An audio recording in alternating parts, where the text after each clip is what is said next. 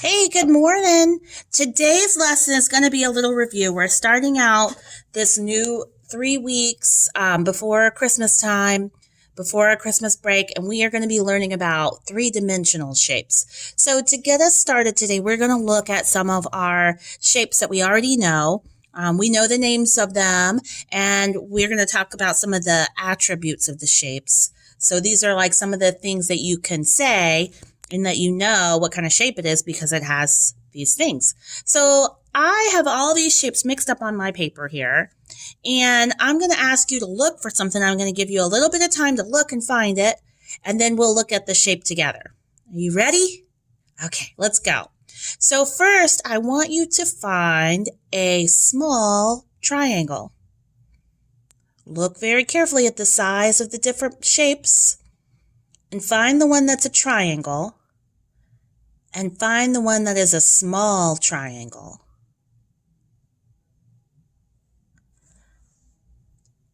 Did you find it? Good. So this one's a big triangle. This one's bigger and this one's smaller. If you put them side by side, you can see one is big and one is small. But no matter which way I turn them, they are still the same shape. You can turn them around. The things that make them the same is that each of these shapes have 3 sides and 3 corners. So let's look. Here's the corners. The corners are the pointy pieces. 1, 2, 3. 1, 2, 3. And the sides are the straight pieces. 1, 2, 3. 1, 2, 3. So those are triangles, and we can always tell a triangle because it has 3 corners, 3 points, and 3 sides. I'm going to put those aside. So now I want you to look at all my shapes. And I want you to find a shape that has 4 sides. Remember when we looked at the triangle, the sides are these smooth, flat parts. So find a shape that has 4 sides. Okay, now you see there's several shapes that have 4 sides. Find a shape that has 4 sides that is blue.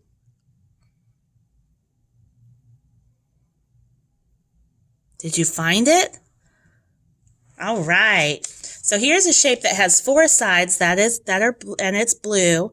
And here's the sides. We can count them together. We have 1 side, 2 sides, 3, 4. And this shape also has 4 corners. 1, 2, 3, 4. Now these corners at the top and bottom are really sharp corners. They're really pointy. But the sides, the ones on the sides are wider. Now this shape is not a square because squares look like this. All the sides are the same and all the corners are the same. This shape is called a rhombus. You can turn it this way or you could turn it this way. Can you find another rhombus in our picture? Remember, a rhombus looks like this, kind of like a diamond. Can you find another one? Good. Here's the green rhombus. All right. So there's our rhombuses. Let's put those aside. So we have a few more shapes to look at. And I know that you know the names of these shapes, but I'm going to ask you a tricky question. Can you find a shape that has no sides and no corners? So 0 sides, 0 corners. Which shape is that? And what's the name of that shape? Okay, I'm going to narrow it down. I want you to find one that is small and green. Is that the one you were looking for?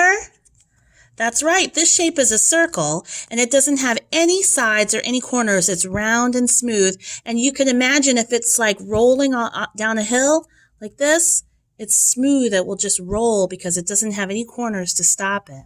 So here's a smaller circle. Here is a larger circle.